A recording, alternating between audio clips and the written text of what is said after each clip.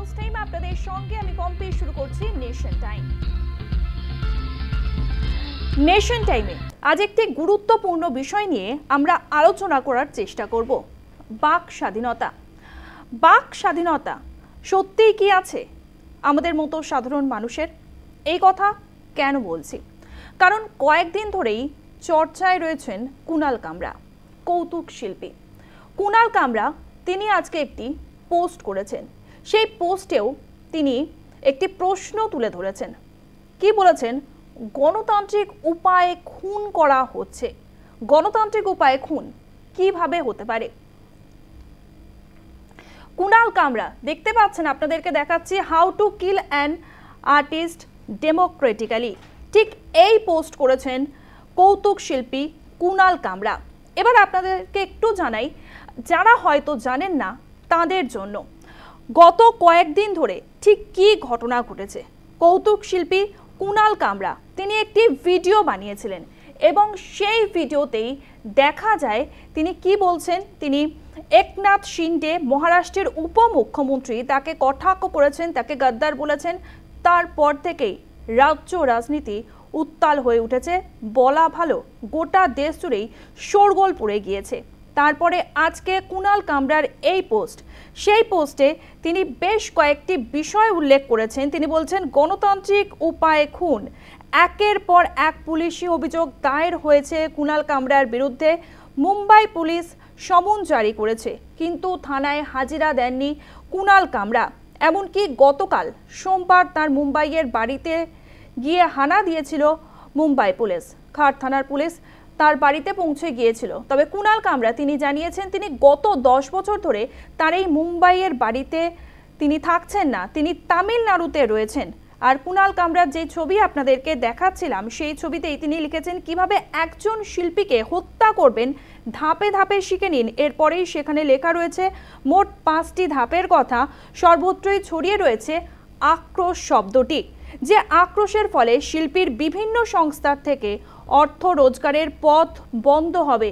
অত্যন্ত গুরুত্বপূর্ণ একটি পোস্ট। এমনকি পৃষ্ঠপোষকতা বন্ধ হবে, কোথাও শিল্প প্রদর্শন করতে দেওয়া হবে না।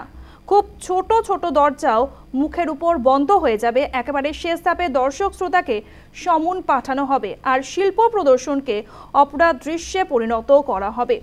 আর এখানেই আজকে আমাদের যে বিষয় বাক স্বাধীনতা, সেই বাক স্বাধীনতার বিষয়টি খুবই গুরুত্বপূর্ণ হয়ে উঠেছে।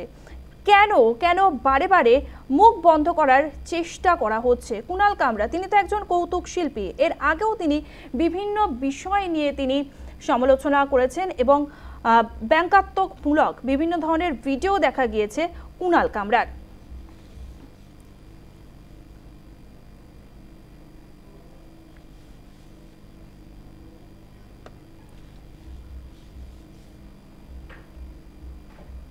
শুধুমাত্র কুণাল কামরার এই বিষয় না, কুণাল কামরার এই বিষয় নিয়ে যখন দেশ জুড়ে শোরগোল পড়ে গিয়েছে, তখন আরও একটি বিষয় সামনে আসে।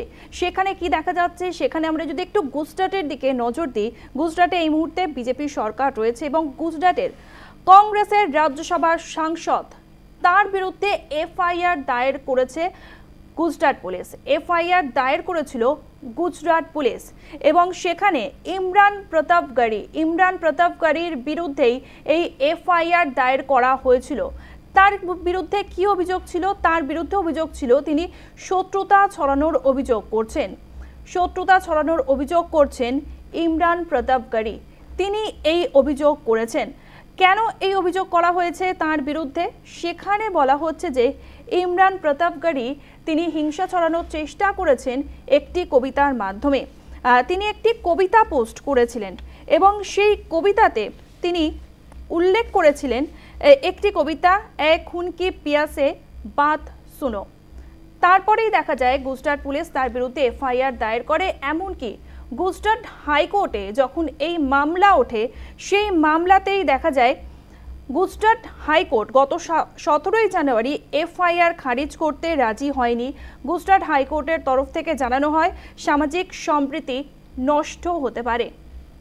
তবে যেখানে ফ্রিডম অফ স্পিচের কথা বলা হচ্ছে, বাক স্বাধীনতার কথা বলা হচ্ছে, সেখানে কোথায় কোথায় রেস্ট্রিকশনস রয়েছে আমরা সেই মূলত দুটি পয়েন্ট তুলে ধরার চেষ্টা করেছি, যেখানে দেখা যাচ্ছে কোনো কমিউনিটির বিরুদ্ধে হিংসা ছড়ানো যাবে না আর সমাজে হিংসা ছড়ানো যাবে না।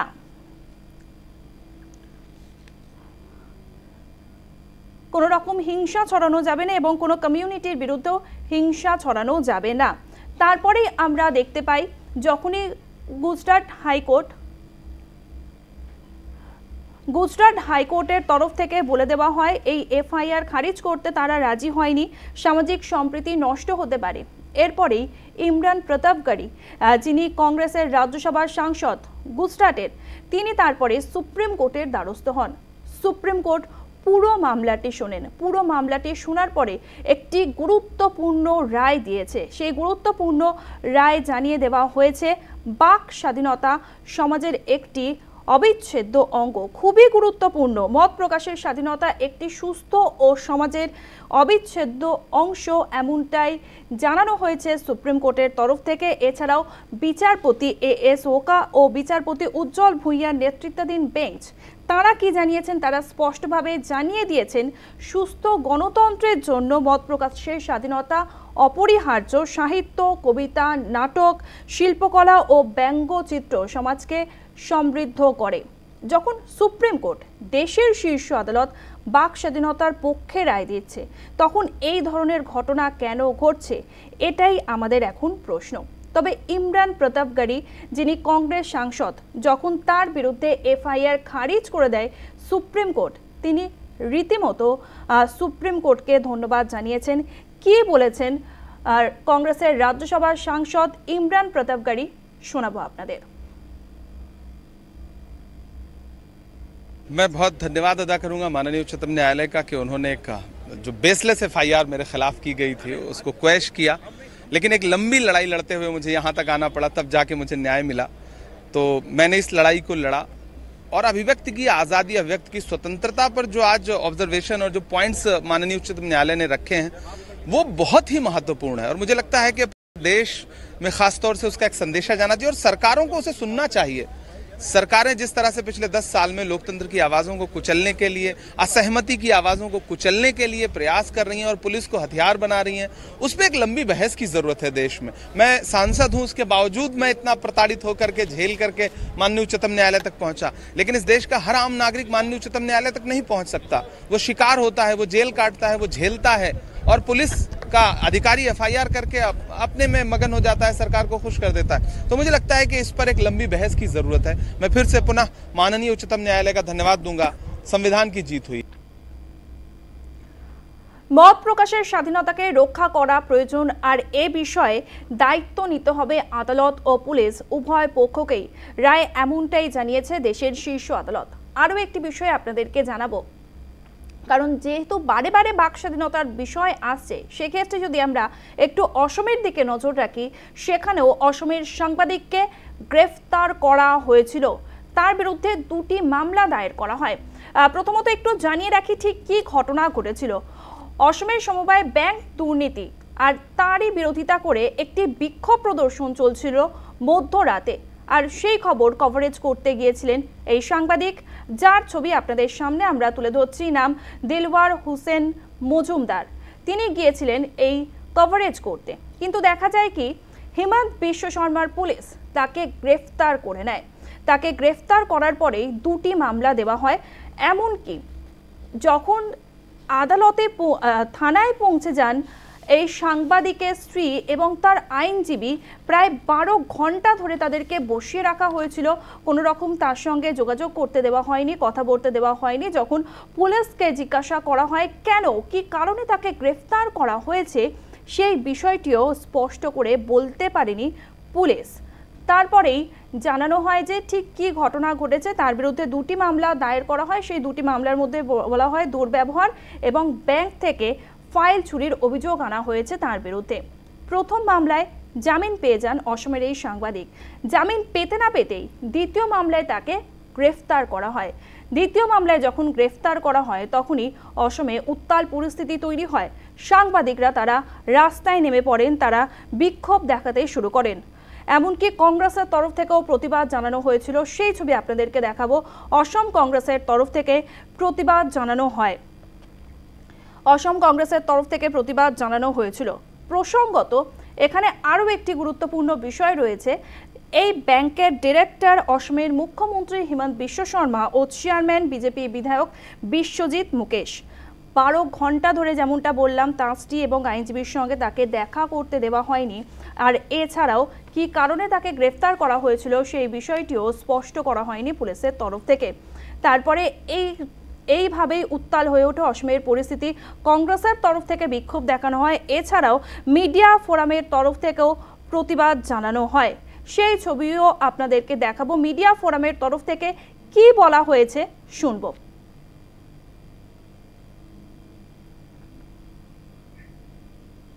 A senior journalist in Assam, Dilawar Hussain Majumdar, was picked up by the Assam police at midnight while in pursuit of his journalistic work. With a deep sense of anguish, the Northeast Media Forum condemns the high-handed behavior of the police and expresses its support for the journalist. The forum also urges the authorities to properly investigate matter that is in keeping with the law. এমনকি Guwahati press ক্লাবের তরফ থেকেও প্রতিবাদ জানানো হয়েছে। সেখানে দেখা গিয়েছে সিনিয়র এবং জুনিয়র সাংবাদিক তারা সকলেই ছিলেন, তারা বসে প্রতিবাদ জানান। শোনাবো তারা ঠিক কি স্লোগান দিচ্ছিলেন।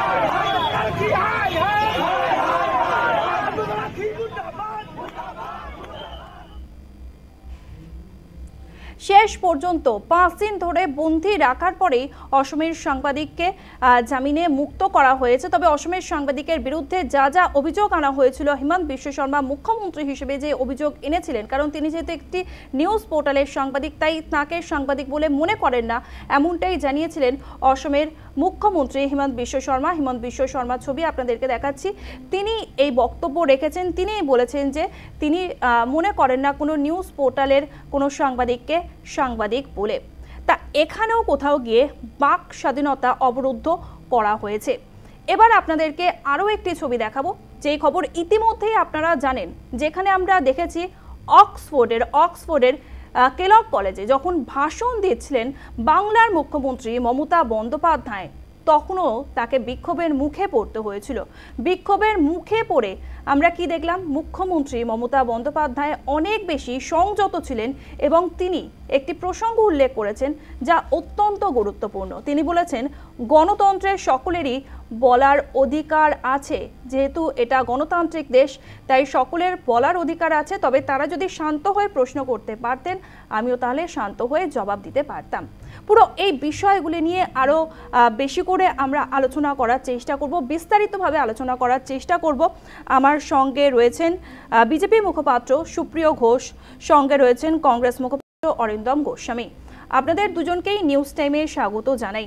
আমি পুরো বিষয়টি তুলে ধরার চেষ্টা করলাম, আশা করি আপনারা দেখলেন। প্রথমে আমি সুপ্রিয়দার কাছে যাব। সুপ্রিয়দা, বাক স্বাধীনতা এরকমভাবে কি অবরুদ্ধ করা যায়?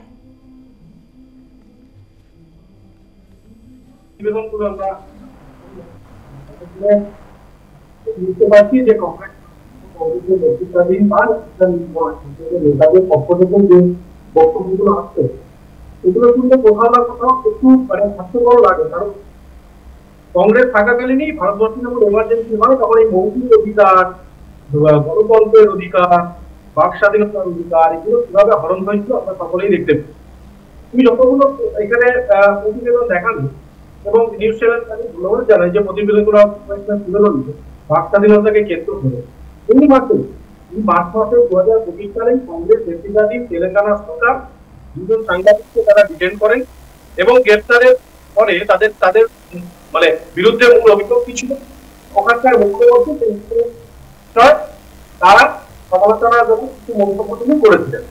তো যেটা মার্চ মাসের একটি এটা ছিল 12 তারিখ। হ্যাঁ বলুন। সুপ্রিয়দা, আমরা প্রথমে যে বিষয়টি নিয়ে আলোচনায় আসতে চাইছিলাম, আমি প্রথমে শুরু করেছিলাম কুণাল কামরাকে দিয়ে। কুণাল কামরা তিনি আজকে একটি উল্লেখযোগ্য পোস্ট করেছেন, সেই পোস্ট ইতিমধ্যেই আমরা দেখিয়েছি এবং সেখানে গণতন্ত্র নিয়ে তিনি প্রশ্ন তুলেছেন এবং বাক স্বাধীনতার উপরে হস্তক্ষেপ করা হচ্ছে। মহারাষ্ট্রে যেখানে বিজেপি সরকার রয়েছে, উপমুখ্যমন্ত্রী একনাথ শিন্ডে তার নাম করেননি তিনি যে গান গেয়েছিলেন এবং সেই প্যারোডিতে গদ্দার শব্দের উল্লেখ করা হয়েছিল, তখনই যারা শিন্ডে অনুগামী ছিলেন তারা ভেবে নিলেন যে উল্লেখ করা হয়েছে যে শিন্ডের নামে, অর্থাৎ যিনি মহারাষ্ট্রের উপমুখ্যমন্ত্রী এবং মহারাষ্ট্রের প্রাক্তন মুখ্যমন্ত্রী একনাথ শিন্ডের কথা বলা হচ্ছে।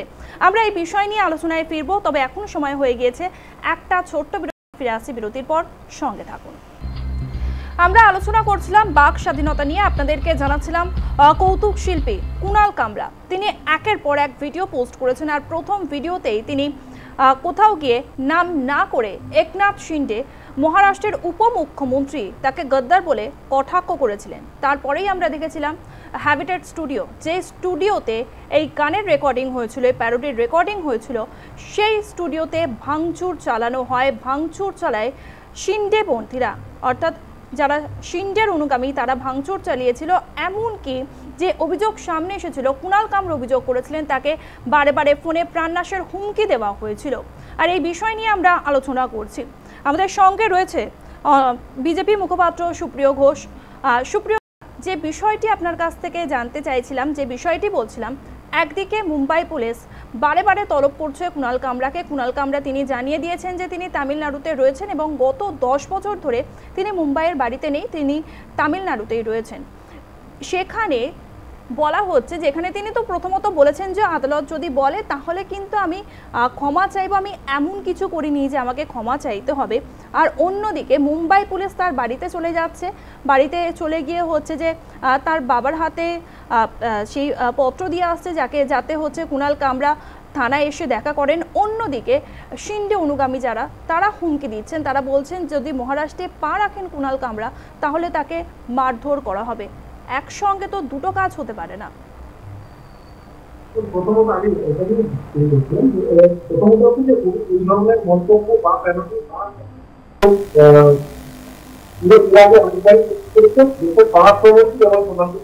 বলেছে। এবার আপনি বলতেই পারেন সরাসরি তো আচ্ছা কোনো কার্টুনই কোনো ব্যাংকারকে আপি সরাসরি কোনো সরকার বা কোনো বিরোধী তার পক্ষে বলবেন। ক্ষমতাটা হচ্ছে এদের কাছে সব টার্গেট হাইলাইট হওয়ার জন্য হচ্ছে রাজনীতিবিদরা। আমি সমস্ত রাজনীতিবিদের কথা বলছি, সরকার পক্ষের কথা বলতে বিরোধী পক্ষ হতে পারে, যে এদেরকে টার্গেট করো, এদেরকে নিয়ে একটা ব্যঙ্গচিত্রের মতো করে একটা কথা তৈরি করো এবং সেটা মার্কেটে ইউটিউব বা বিভিন্ন সোশ্যাল নেটওয়ার্ক সাইটে চলবে এবং তারা হাইলাইট হবে। আমার কথা হচ্ছে উনি তো বলছেন যে গণতন্ত্রকে নাকি ওনার গানের মধ্যে এটা উনি বোঝাতে চেয়েছেন, গণতন্ত্রকে ওনার পোস্টও এটা গণতন্ত্র হত্যা হচ্ছে। তাহলে আমি বলছি গণতন্ত্র যদি হত্যা না উনি করতে চান তাহলে উনি মুম্বাইতে আসুক না, কোর্টের কাছে উনি আসুক না। উনি আসতে পারছেন না তো তামিলনাড়ু থেকে, খুব ভালো কথা। ওনার আইনজীবী মাত্র উনি কোর্টকে জানান যে আমাকে যারা আপনি বললেন যেটা যে তারা হুমকি দিচ্ছেন, তারা সমস্ত ডিটেলিং দিচ্ছেন যে আসলে নাকি মেরে ফেলা হবে, এই ধরনের চারটা উক্তি, সেগুলো তিনি তার আইনজীবী মারফত কোর্টে পাঠান। এবং এর আগেও আমরা বহু ক্ষেত্রে দেখেছি এবং তার বিরুদ্ধে একনাথ শিন্ডে নিজে এটা বলেছেন। তিনি কিন্তু একজন উপমুখ্যমন্ত্রী, এখন তিনি কিন্তু মহারাষ্ট্র মুখ্যমন্ত্রীও ছিলেন। যাই হোক, তিনি এটা বলেছেন, তার দাবি আমি কোট করে বলছি। তিনি বলেছেন যে ওনাকে বিভিন্ন সংস্থা বিভিন্ন ফান্ডিং করা হয় এই ধরনের তৈরি করার জন্য। ঠিক আছে, এবার যদি তার মনে হয় যে না তিনি অন্য কিছু কাজ করে থাকেননি, তাহলে তিনি ফেস করুন না, তিনি কোর্টকে ফেস করুন, তিনি আদালতকে ফেস করুন, তিনি পুলিশের সাথে এসে তারা যে সামানটা পাঠাচ্ছে তার বাড়িতে তামিলনাড়ুতে না থেকে তিনি গণতন্ত্র প্রতিষ্ঠা করে দেখান না, যদি তিনি আসুক না, তাহলে তো আপনাদের আরো বেশি চিন্তা হবে আমার মনে হয় যে যদি এরকম কোনো ঘটনা ঘটে তিনি মহারাষ্ট্রে পা রাখছে তাহলে তো আমাদের বিরুদ্ধে আরো সমালোচনা জবাব দিতে পারে, তাই না? তিনি আসছেন না, তিনি কিন্তু কুণাল কামরা যে ভিডিওগুলো তিনি তো সেগুলো মজার ছলে করেছেন, এত সিরিয়াস ভাবেই বা নিচ্ছে কেন বিজেপি? একটা কথা বলছি, দেখুন ম্যাডাম, সমস্যা কি জানেন তো, যখন কোনো মজা যে ব্যক্তিকে নিয়ে করা হচ্ছে সেই ব্যক্তির মানে একদম পার্সোনাল অ্যাটাকের কাছে চলে যায়, তখন সেই ব্যক্তিটার বাক স্বাধীনতা বা গণতন্ত্র বা মৌলিক অধিকারের কথা কিন্তু আমরা কেউ ভাবি না। আমরা ভাবি যে লোকটা শিল্পী, যে লোকটা আর্টিস্ট, সে লোকটা আর্টিস্টের ছলে মানে তার ছলেই সবটা করছে, কিন্তু কোথাও না কোথাও তার এই ব্যক্তিগত বিষয়গুলো কিন্তু অন্য মানুষের মনে হানিও ঘটাতে পারে, দুঃখ হতে পারে। এটা কিন্তু আমরা কোনোদিনও ভাবি না। আমাদের সঙ্গে রয়েছে কংগ্রেস মুখপাত্র অরিন্দম গোস্বামী। অরিন্দম দা, তাহলে কি বাক স্বাধীনতা কমছে?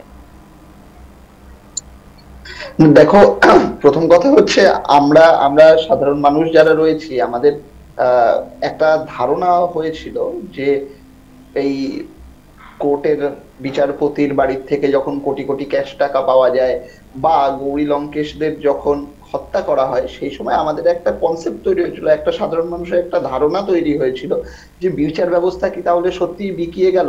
তা আমরা জানতাম যে কাক নাকি কাকের মাংস খায় না। এই গৌরী লঙ্কেশদের দেখে আমাদের মনে হয়েছিল যে তাহলে কি মিডিয়াও এরম ভাবেই বিকিয়ে গেল, যে গৌরী লঙ্কেশদের মতো যারা রয়েছে, যাদের খুন করা হচ্ছে, সেই মানুষগুলোর পাশে কি তাহলে মিডিয়াও দাঁড়াবে না? মিডিয়াও কি তাহলে ওই কাকের মাংস খাওয়ার যে এটা রয়েছে, প্রথাটা রয়েছে, সেটা ব্রেক করে গেল? কিন্তু আজকে দেখে খুব ভালো লাগছে যে কোর্ট বলুন বা মিডিয়া বলুন, তাদের প্রতি সাধারণ মানুষের যে সম্মান, সেই সম্মানটা, যে পুনরুত্থানের কাজ, যে পুনর্জাগরণের কাজটা এই দুটো মিডিয়াকেই করতে হবে, এই দুটো সংস্থাকেই করতে হবে, এবং তারা ইন্ডিভিজুয়ালি এই দুটো করেছেন। এইটা ভারতবর্ষের গণতন্ত্র প্রিয় ভারতবর্ষ কেন, এটা সারা পৃথিবীর যে গণতন্ত্র প্রিয় মানুষ আছে। যা নিয়ে এত বিতর্ক কিভাবে দেখছেন আপনি? আমি একদম কিভাবে দেখছি আপনাকে বলে দিচ্ছি, যে এইটা নিয়ে যে সাধারণ মানুষের যে চিন্তা, সেটা কিন্তু খুব পরিষ্কার এবং সেটা খুব পজিটিভ, এটা একটা ভালো লাগার জায়গা। এবারে কুণাল কামরার কথায় আসি। দেখ, প্রথম কথা হচ্ছে কুণাল কামরা তো প্রথমত মানে ওই বলে না, পড়লো কথা হাটের মাঝে, যার কথা তার বুকে বাজে।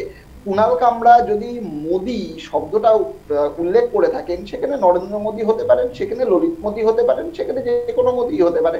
সেখানে বিজেপির যে কেন কেবল গায়ে লাগছে আমি বুঝতে পারছি না। ওই যে থানের যে বলছে রিক্সাওয়ালা, সেটাতেই বা কেন কেবল একনাথ শিন্ডের গায়ে লাগছে আমরা বুঝতে পারছি না। কিন্তু যদি ধরেও নেই তাদের কথাই বলা হয়েছে, তাহলে কি সেটা লাইফ থ্রেট দেওয়ার জন্য যথেষ্ট? মানে কুণাল কামরা যদি বলে থাকেন থানেরও গদ্দার, সেটা কতটা পজিটিভ, সেটা কি তার লাইফ থ্রেট দেওয়ার জন্য যথেষ্ট? আর এই বিজেপির যে সমস্ত সাংসদরা ভরা মিছিলের থেকে দাঁড়িয়ে বলেন গোলি মারো সালোকো, তারা কি যথেষ্ট ন্যায়সঙ্গত? বিজেপিকে তো একটু ভেবে দেখতে হবে। আর এই বিজেপির যেই প্রতিনিধি বলছিলেন যে উনি আসুক না, মানে আমি ওনার পুরো কথাটা শুনতে পাইনি, বোধহয় নেটওয়ার্ক ইস্যুর জন্য, যে উনি যেটা বলছিলেন তাহলে আসুক না, গণতন্ত্র প্রতিষ্ঠা করুক না। আরে ভাই, গণতন্ত্র প্রতিষ্ঠা করার কথা যারা বলেছিলেন, যারা ওই বছরে কোটি কোটি বেকারের চাকরি দেওয়ার কথা বলেছিলেন, যারা সারা পৃথিবীর থেকে ঝেঁটিয়ে কালো টাকা নিয়ে আসার কথা বলেছিলেন, আজকে তারা ব্যর্থ হওয়ার পর তারা যদি বলেন তাহলে আপনি আসুন, আপনি এসে বসুন, বসে কালো টাকা নিয়ে আসুন, বসে এবার 2 কোটি করে বেকারের চাকরি দিন, সেটা কি খুব একটা যুক্তিযুক্ত? যারা ভোট দিয়েছিল তারা তো সেই প্রশ্নের উত্তর চাইবে যে আপনাদের তো সময় দেওয়া হলো 15 বছর, তাহলে ভারতবর্ষের গণতন্ত্র কোথায়? ভারতবর্ষ তো গণতন্ত্র ছিল। একটু সঙ্গে থাকুন, আপনাদেরকে সেই ছবি দেখাচ্ছি যেখানে কুণাল কামরা, এই ছবিটি তিনি কিন্তু পোস্ট করেছিলেন, যেখানে দেখা যাচ্ছে তার হাতে সংবিধানের একটি কপি রয়েছে এবং তিনি বলে দিয়েছেন স্পষ্টত তিনি সংবিধানের মধ্যে থেকেই কিন্তু এই ধরনের কথা বলেছেন, এই ধরনের কমেডি করেছেন, প্যারোডি করেছেন। এখন সময় হয়ে গিয়েছে একটা ছোট্ট বিরতির। যে বিষয়গুলি আপনাদেরকে দেখালাম, এই সমস্ত বিষয় নিয়ে আমরা আলোচনা করব। তবে এখন একটা বিরতি, ফিরে আসছি বিরতির পর, কোথাও যাবেন না, সঙ্গে থাকুন। গুজরাটের কংগ্রেসের রাজ্যসভার সাংসদ ইমরান প্রথম গডকারি তিনি একটি পোস্ট করেছিলেন, কবিতা পোস্ট করেছিলেন, তারপরেই তার বিরুদ্ধে অভিযোগ দায়ের করে গুজরাট পুলিশ। এরপরে এই মামলা উঠে গুজরাট হাইকোর্টে। গুজরাট হাইকোর্ট সেই মামলা, সেই এফআইআর খারিজ করেনি। তার বিরোধিতা করে সুপ্রিম কোর্টের দ্বারস্থ হয়েছিলেন রাজ্যসভার কংগ্রেস সাংসদ। শেষ পর্যন্ত সুপ্রিম কোর্ট একটি গুরুত্বপূর্ণ রায় দিয়েছেন। যখন কুণাল কামরা আবহে দেশ জুড়ে উত্তাল পরিস্থিতি, তখন গুরুত্বপূর্ণ রায় দিয়েছে দেশে সুপ্রিম কোর্ট। মত প্রকাশের স্বাধীনতা একটি সুস্থ ও সভ্য সমাজের অনিবার্য অঙ্গ, অবিচ্ছেদ্য অঙ্গ, এমনটাই জানিয়ে দিয়েছে সুপ্রিম কোর্ট। আর আমরা আলোচনা করছিলাম, আমাদের সঙ্গে রয়েছেন কংগ্রেস মুখপাত্র অরিন্দম গোস্বামী, বিজেপি মুখপাত্র সুপ্রিয় ঘোষ। যেখানটা আমরা দেখতে পাচ্ছি এই ধরনের ঘটনা ঘটেছে, গুজরাটে বিজেপি সরকার রয়েছে এবং কংগ্রেস সাংসদ তিনি একটিমাত্র কবিতা পোস্ট করেছিলেন, আর তাকেই বলা হচ্ছে যে হিংসা ছড়ানোর অভিযোগ এনে গুজরাট পুলিশ তার বিরুদ্ধে স্বতঃপ্রণোদিত হয়ে মামলা করে দিল, এফআইআর করে দিল। এই বিষয়টিকে কোথাও কি বিরোধীদের কণ্ঠস্বর দমন করার প্রক্রিয়া চলছে? অরিন্দম দা। একদমই তাই, তোমাকে যেমনটা বলেছিলাম যে বিচারপতি মানে বিচার ব্যবস্থা থেকে সাধারণ মানুষের যখন একটা প্রশ্নচিহ্ন দাঁড়িয়ে যাচ্ছে, তখন এই বিচারটা কিন্তু সাধারণ মানুষের মনে গণতন্ত্রের প্রতি শ্রদ্ধা এবং আমাদের বিচার ব্যবস্থা যে কতটা শক্তিশালী সেইটা আরেকবার প্রমাণ করলো। পরিষ্কার কথা হচ্ছে, দেখো প্রতাপগড় ইমরান তো তার অন্যায় হয়েছে, এর থেকেও অনেক বড় কাজ হচ্ছে যেই রায়টা কোর্ট দিয়েছেন। এই যে তুমি যেটা প্রথমে শোনালে যে কোর্ট বলেছে এটা একটা সুস্থ নাগরিকের সুস্থ সমাজ জীবনের অঙ্গ, তার চেয়েও তার সাথে এটাও বলেছে যে পুলিশ এবং সরকার, পুলিশ এবং গভর্নমেন্টকে নিয়ন্ত্রণ করতে হবে, এইটাকে সুনিশ্চিত করতে হবে যাতে এই মত প্রকাশের স্বাধীনতাটা সবাই পায়, সবাই পেতে পারে। এই জায়গাটা, এই বেসিক জায়গাটা কিন্তু আরো অনেক বেশি গুরুত্বপূর্ণ।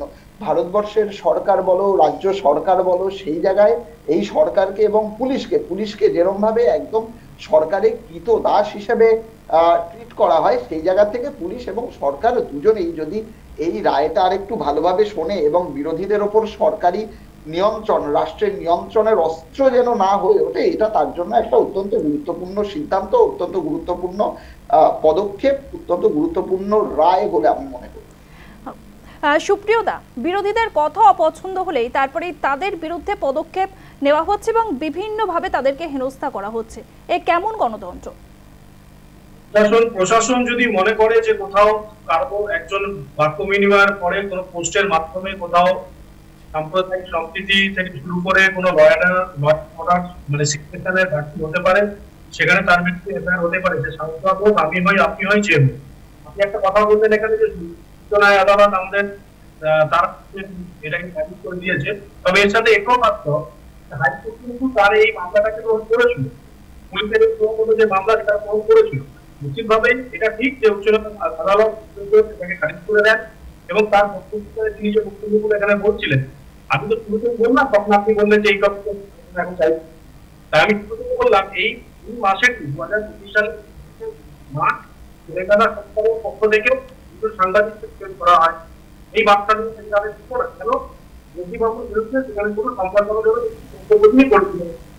এবং তার আগেও এই তেলেঙ্গানা সরকার সরকার থাকাকালীন সাংবাদিককে তার ঘরের মধ্যে তাকে ডিপেন্ড করা হয়েছিল, তাকে জিজ্ঞাসাবাদ করা হয়েছিল। এই বিষয়গুলো কংগ্রেস সরকার হয়েছে। এখন বিষয় হচ্ছে যেহেতু যুক্তকরণিক রায় দিয়েছে, আমরা তো নিশ্চিতভাবে করতে যাবো না, কারণ বিশ্বগুলোকে আমরা মানি, গণতন্ত্রকে আমরা মানি করি, সেটাকে আমরা মেনে চলি। কিন্তু আমি আবার বলছি, যদি কোনো জায়গায় কারো মন্তব্যে কোথাও কোনো কনফ্লিক্ট হওয়ার ঘটনা ঘটে থাকে, সেটা যদি প্রশাসন মনে করে তাহলে এফআইআর একবার কেন এফআইআর আমরা মোতায়েন করতে পারে। যদি কোর্টের কাছে সেটা প্রমাণিত হয় কোথাও না কোথাও এটা কোনোভাবে রাস্তাতে যুক্ত হয়, তিনি ছাড়া পাবেন, সেখানে আমরা অসুবিধা করছি। কিন্তু এখানে তো একটা প্রশ্ন, বারবার হস্তক্ষেপ করতে হচ্ছে আদালতকে, তাহলে প্রশাসন কি করছে? আমি আমার তো হস্তক্ষেপ তো আদালতকে এখন করতে হবে, কিন্তু এমার্জেন্সির সময় তো আদালতের ক্ষমতাকেই ক্ষুণ্ণ করে দিচ্ছিল এই সরকার। যারা কংগ্রেসের আজকে বলছে তারা এটা জানেন না। একটা অর্ডিন্যান্স পাস করে দিয়ে মৌলিক অধিকার থেকে শুরু করে বাক্যস্বাধীনতার অধিকার থেকে শুরু করে 156টা রাজনৈতিক দলকে গণতান্ত্রিকভাবে তাদের ভোটদানের অধিকার থেকে তাদের ক্ষুণ্ণ করে দিয়েছিল। কংগ্রেসের মনে নেই? আপনি একটা ঘটনাকে যদি এটাকে বলেন নিশ্চিতভাবে এটা ঠিক নয়। না না, একটা ঘটনা না, তাহলে এবার চলে আসি তাহলে একটু অসমের ঘটনাতে। অসমে যেখানে দেখা যাচ্ছে সাংবাদিক তিনি তার কাজ করতে গিয়েছিলেন, তিনি মধ্যরাতে একটি বিক্ষোভ চলছিল, সেই বিক্ষোভে তিনি কভারেজ করতে গিয়েছিলেন, তারপরেই গ্রেফতার করে নেওয়া হয়েছে ওই সাংবাদিককে। সেখানে কি বিষয়ে আমি বলছি যে আপনি এটা নিয়ে যখন জোর দিচ্ছেন, আমি তো মেনে নিচ্ছি আপনি জোর দিচ্ছেন। তো আমি তো দুটো ঘটনার উদাহরণ আপনাকে দিলাম,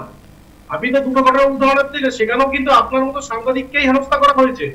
এবং তেলেঙ্গানাতে স্টুডেন্ট প্রোটেস্ট চলছিল, কেন ইউনিভার্সিটি থেকে সেখানে নাকি জঙ্গল হাঁটাও যে অভিযান, সেটা করতে গিয়ে অকশনের মাধ্যমে কোনো কোম্পানিকে দেওয়া হয়, সেটার বিরুদ্ধে স্টুডেন্টরা সেখানে রাজনীতি মানে হচ্ছে তারা আন্দোলন করছিল। হ্যাঁ ওই ঘটনা নিয়ে হ্যাঁ আমরা কালকে দেখিয়েছি, সেই খবরও দেখিয়েছি, যেখানে হায়দ্রাবাদ বিশ্ববিদ্যালয় চত্বরে গাছ কাটা হচ্ছিল এবং তারই প্রতিরোধ করে তুলেছিলেন পড়ুয়ারা, এবং সেখানেও বিভিন্ন ধরনের ঘটনা ঘটেছিল, যেখানে মূলত দেখা গিয়েছিল যে পড়ুয়াদের টেনে হিঁচড়ে নিয়ে যাওয়া হচ্ছে।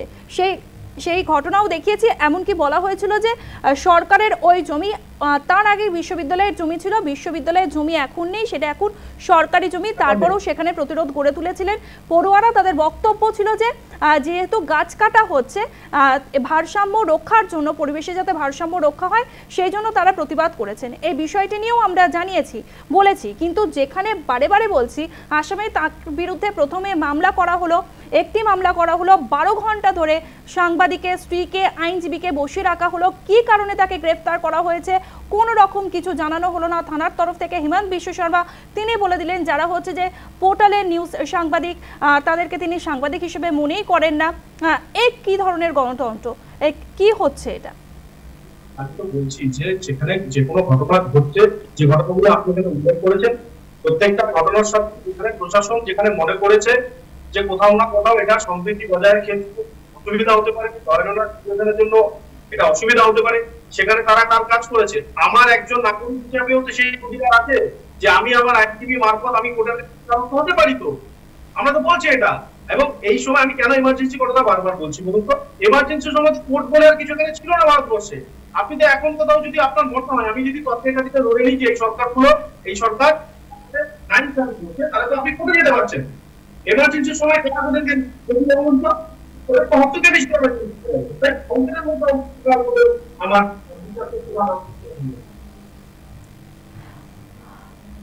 অরিন্দম দা, আমরা হ্যাঁ কিছু বলছিলেন কিছু বলুন।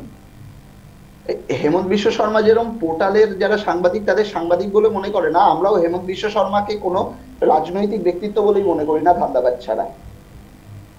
এছাড়াও তিনি আরো একটি কথা বলেছেন, অসমের মুখ্যমন্ত্রী হিমন্ত বিশ্ব শর্মা তিনি বলেছেন যদি একজন সাংবাদিক অন্য কাজে জড়িত হন তাহলে আইন সবার জন্য সমান।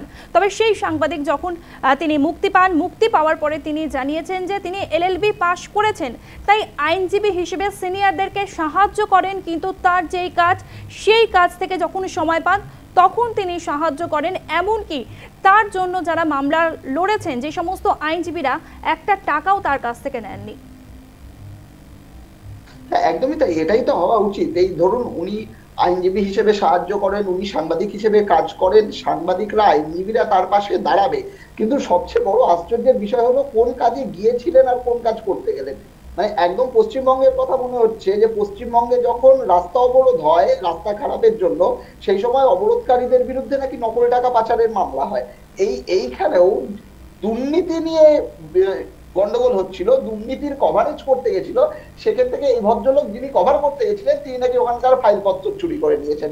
মানে এর চেয়ে অদ্ভুত কোনো অ্যালিগেশন। আর সবথেকে ইন্টারেস্টিং যে বিষয়, যে ব্যাংকেই ঘটনা ঘটেছে, অসম সমবায় ব্যাংক, যেখানে দুর্নীতির অভিযোগ উঠেছে, আর সেখানে আসাম জাতীয় পরিষদের যুব শাখা তারা বিক্ষোভ দেখাচ্ছিলেন, আর এই ব্যাংকের ডিরেক্টর অসমের মুখ্যমন্ত্রী হিমন্ত বিশ্ব শর্মা, আর তিনি এই ধরনের মন্তব্য করেছেন।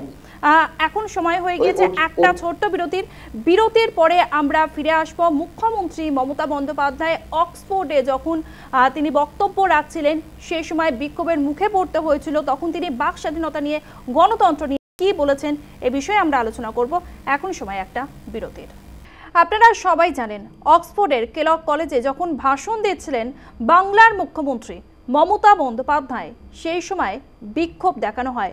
প্লাকার্ড হাতে বিক্ষোভ দেখায় SFI UK সংগঠনের সদস্যরা, এবং সেখানেও দেখা যায় মুখ্যমন্ত্রী মমতা বন্দ্যোপাধ্যায় অনেকটা সংযত হয়ে বিক্ষোভকারীদের ভাই বোন বলে সম্বোধন করেছিলেন মুখ্যমন্ত্রী মমতা বন্দ্যোপাধ্যায়।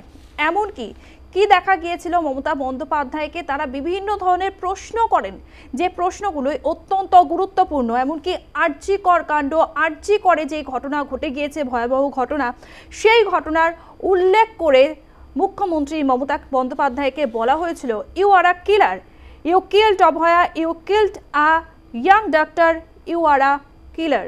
কিন্তু তারপরেও মেজাজ হারাননি মুখ্যমন্ত্রী মমতা বন্দ্যোপাধ্যায়। তিনি ধৈর্য সহকারে পুরো বিষয়টি শোনেন এবং তিনি মঞ্চ ছেড়েও চলে যাননি, ভাষণও থামিয়ে দেননি। এমনকি তিনি শান্ত হয়ে বলেছিলেন, তিনি সবাইকে শান্ত করার চেষ্টা করেছিলেন। তিনি বলেছিলেন ওই ঘটনা এখনো পর্যন্ত বিচারাধীন রয়েছে।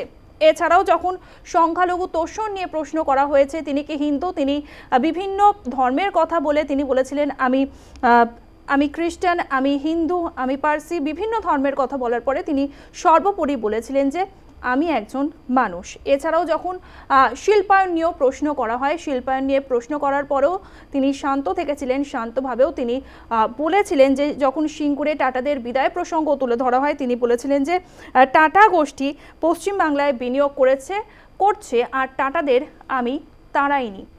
তবে দেখা গেল যখন মুখ্যমন্ত্রী মমতা বন্দ্যোপাধ্যায়ের বিরুদ্ধে এরকম ক্ষোভ উগরে দিচ্ছেন এসএফআই ইউকে সংগঠনের সদস্যরা, তখন মুখ্যমন্ত্রী মমতা বন্দ্যোপাধ্যায় তার কাছে ক্ষমা চেয়েছিলেন কেলগ কলেজের প্রেসিডেন্ট তথা অক্সফোর্ড বিশ্ববিদ্যালয়ের প্রো ভাইস চ্যান্সেলর, এবং তাকে আশ্বস্ত করে মুখ্যমন্ত্রী মমতা বন্দ্যোপাধ্যায় বলেছিলেন গণতন্ত্রের সকলেরই বলার অধিকার আছে, এদেরকে বের করে দেওয়ার দরকার নেই। তবে তারা যদি শান্তভাবে আমাকে প্রশ্ন করেন তাহলে আমিও শান্তভাবে তাদেরকে উত্তর দিতে পারবো, জবাব দিতে পারবো। আর এই নিয়ে আমরা আলোচনা করব। আমাদের সঙ্গে রয়েছেন তৃণমূলের সমর্থক রাজু ঘোষ, সঙ্গে রয়েছেন কংগ্রেস মুখপাত্র অরিন্দম গোস্বামী। রাজুদা, আপনাকে নিউজ টাইমে স্বাগতম। যেভাবে আমরা দেখেছি বাংলার মুখ্যমন্ত্রী মমতা বন্দ্যোপাধ্যায়কে বিক্ষোভের মুখে পড়তে হয়েছিল, আর আজকে আমরা বাক স্বাধীনতা নিয়ে আলোচনা করছি। তিনি বলেছেন গণতন্ত্রের সকলের বলার অধিকার আছে, সেটা তো নিঃসন্দেহে একটি ভালো উদ্যোগ, ভালো কথা বলেছেন।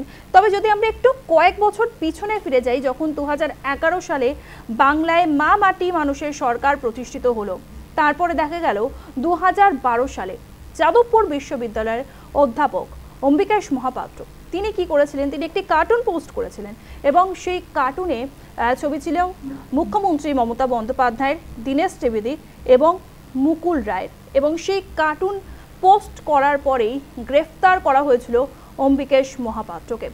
কেন এখানেও তাহলে কি তাকে বাকরুদ্ধ করা হলো না? যেহেতু মমতা সরকার ক্ষমতায় রয়েছে, সেখানে তিনি তার কি ক্ষমতার জাহির করলেন না? দেখুন, 2011 সালের সাথে 2025 অনেকটা দিন পেরিয়ে গেছে, সময়ের সাথে সবকিছু পরিবর্তন হয়েছে। এই যে বামফ্রন্ট নামক যে সংস্থা, যারা এখন পর্যন্ত দেউলিয়া রাজনীতি করে, তারা যেভাবে এই সুযোগগুলোকে নিয়ে, এই যে বাক স্বাধীনতার সুযোগকে নিয়ে এই কথাটাকে কাজে লাগিয়ে বিভিন্ন জায়গায় যে কথাগুলো, যে অ্যাক্টিভিটিস গুলো তারা করছে, সেইগুলো মোটেও সমর্থনযোগ্য নয়। যেখানে একটা বাইরের দেশে মাননীয় মুখ্যমন্ত্রী গেছেন একটা দেশের রিপ্রেজেন্টেটিভ হিসাবে, সেখানে গিয়ে তিনি তো বক্তব্য রাখছেন, আর সেই জায়গায় ডিস্টার্ব করার জন্য 5-6 জন লোক, বামফ্রন্ট এবং ওই বিজেপির কিছু লোকজন মিলে, 5-6 জন মিলে, তারা সেখানে বলছে আরজি করের যে জুনিয়র ডাক্তার মারা গেছে সেটা নাকি মুখ্যমন্ত্রী হত্যা করেছে। অথচ এই রাজ্য পুলিশ প্রথম যিনি মূল অভিযুক্ত, তাকে এই রাজ্যের পুলিশ গ্রেফতার করেছে, এবং সিবিআই কয়েকদিন আগে স্ট্যাটাস রিপোর্টে সেই একজন অভিযুক্ত এবং ওই সঞ্জয় রায়কেই অভিযুক্ত করেছে। অর্থাৎ রাজ্য পুলিশ এবং রাজ্য সরকার যেটা করছে ঠিক করছে, কিন্তু দেখা যাচ্ছে যে বামফ্রন্ট এবং এই বিজেপি এরা এই বাক স্বাধীনতা, আপনার কথা মতো বাক স্বাধীনতার সুযোগ নিয়ে এখানে বিভিন্ন জায়গায়, দেশে বিদেশে সব জায়গায় বাঙালির মাথা হেঁট করতে তারা ছাড়ছে না। মাননীয় মুখ্যমন্ত্রী যেখানে বক্তব্য রাখছেন সেখানে গিয়ে ডিস্টার্ব করছেন। সেখানে আমরা এই রাজ্যেতেও দেখেছি, এই রাজ্য মুখ্যমন্ত্রী যখন মাননীয় মুখ্যমন্ত্রী মমতা বন্দ্যোপাধ্যায়কে ডিস্টার্ব করা হচ্ছে। তবে আপনার কাছে স্পেসিফিক যে বিষয়টি জানতে চাইলাম, যে যাদবপুর বিশ্ববিদ্যালয়ের অধ্যাপককে কার্টুন কাণ্ডে যখন গ্রেফতার করা হয়েছিল, সেখানেও তো তার বাক স্বাধীনতা অবরুদ্ধ করা হয়েছিল। এই বিষয়টিকে কি সমর্থন করছেন? আপনি বলছেন সেটা 2012 সালের ঘটনা, আর আমরা 2025 সালে দাঁড়িয়ে আছি। যতই সময়ের ডিফারেন্স থাকুক না কেন, পার্থক্য থাকুক না কেন, বিষয়টা তো কোথাও গিয়ে এক। তিনি যে কার্টুন করেছিলেন, তিনি শুধু তাই নন, অম্বিকা পাত্র যিনি ছিলেন, তিনি একজন বামপন্থী ঘরানার মানুষ। সবাই জানে তাকে, কেন করেছিল, কি উদ্দেশ্য করেছিল, কোন দাগে করেছিল, সেগুলো সেই সময় বহুত উৎপাত তারা করেছে, মানুষের কাছে অপদস্থ বিভিন্ন ভাবে করেছে।